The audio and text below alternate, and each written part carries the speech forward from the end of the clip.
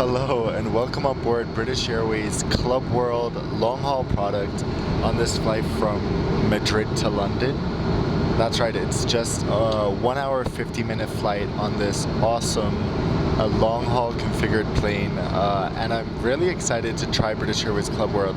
It was the world's first lie-flat seat, so it really revolutionized travel in a way. And nowadays, people generally refer to it as one of the worst business class hard products for long haul flights that there are, because it hasn't really been updated since it came out. But so far, I'm actually really enjoying this suite.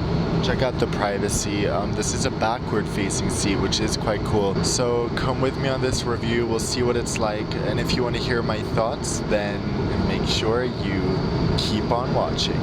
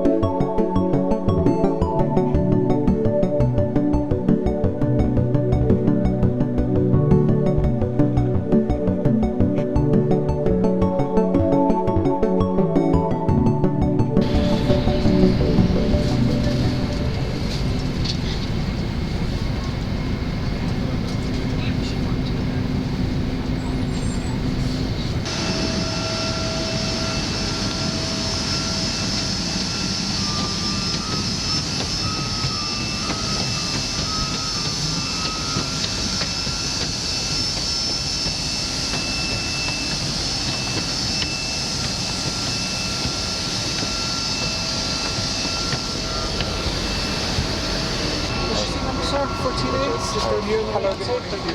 On your step, please. Yeah, you're just around the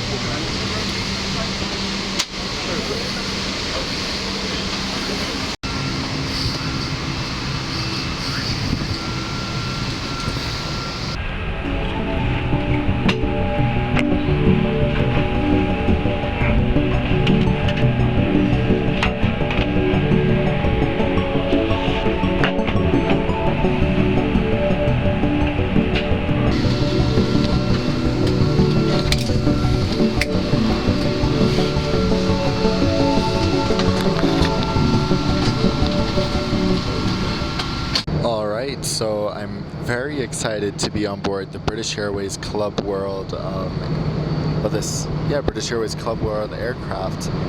Let's check out the seat. So when you sort of enter through here, and we'll just have a peek. As you can see, this footrest goes down, so it's kind of hard to go out once you're in here. Even though it looks like you have direct aisle access, you actually don't. You have to climb over someone else. But we do have our footstool over here, which can be lowered by simply moving that.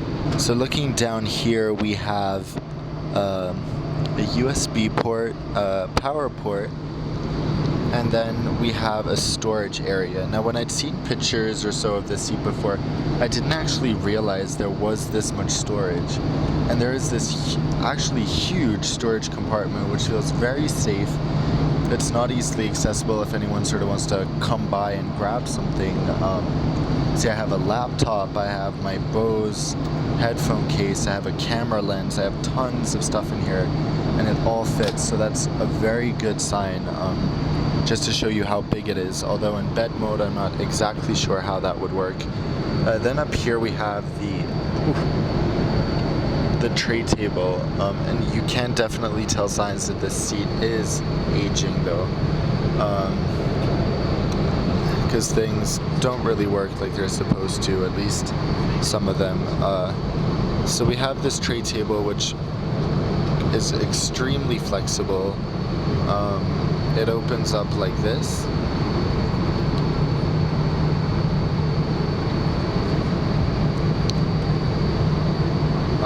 It can be moved all the way into your chest or be all the way out here.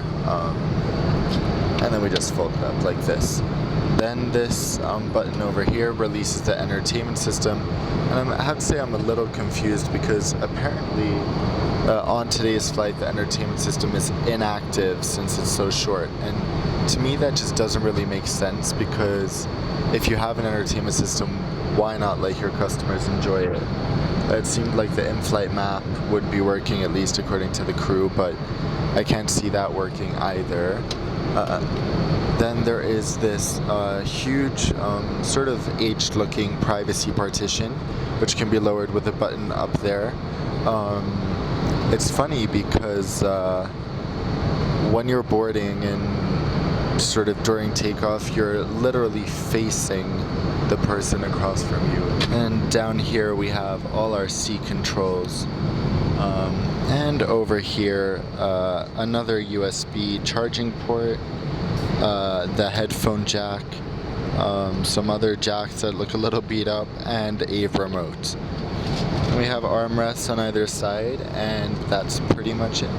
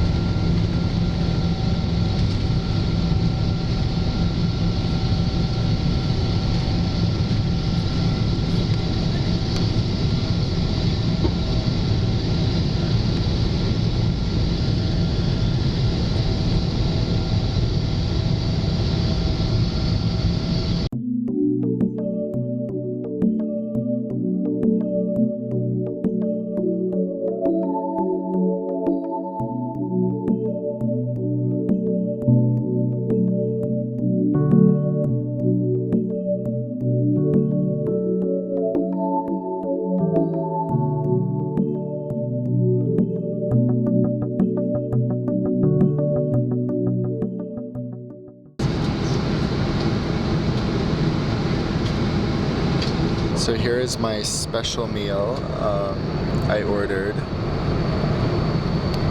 Let's pull it on up so we can see. I got it with a Coke, and this is literally coming out 15 minutes after takeoff. That's really great. So we have some sushi. I ordered a meat-free meal, so I'm assuming this is meat-free sushi, which is very impressive. So the paper underneath is wet, and then we have these sort of not so nicely presented and very cheap-looking vegetables, and this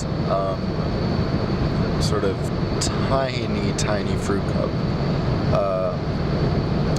Comparing this to my meal on Latam yesterday, this certainly isn't a very business classy meal, if you ask me, presentation wise, but I would be curious to see what they did with this on a long haul flight.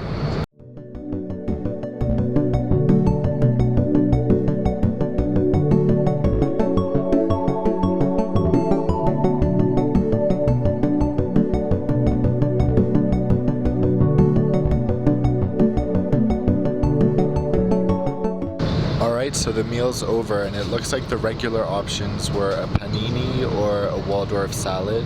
The latter was vegetarian, so they had one meat and one vegetarian option. I have to say I'm really impressed by the fact that on a short haul flight, less than 2 hours, the crew are addressing us by name. So they came up to me and said, Hi Mr. Gauze, what can we get you to eat? What can we get you to drink?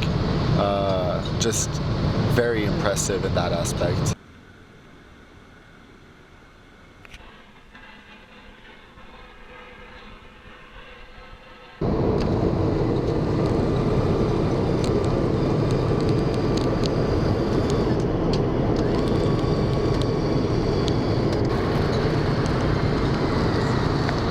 Okay, so what do I think about the bed? Well, even the bed is actually better than I was expecting. So at first, it felt a little weird, but once I sort of got used to the position, it is quite comfortable.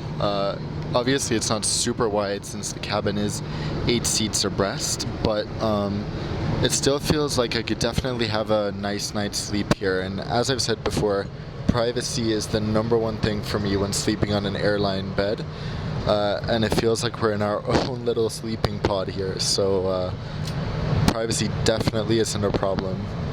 One thing I did see though is that there are no individual air vents, which can be a little annoying when trying to sleep.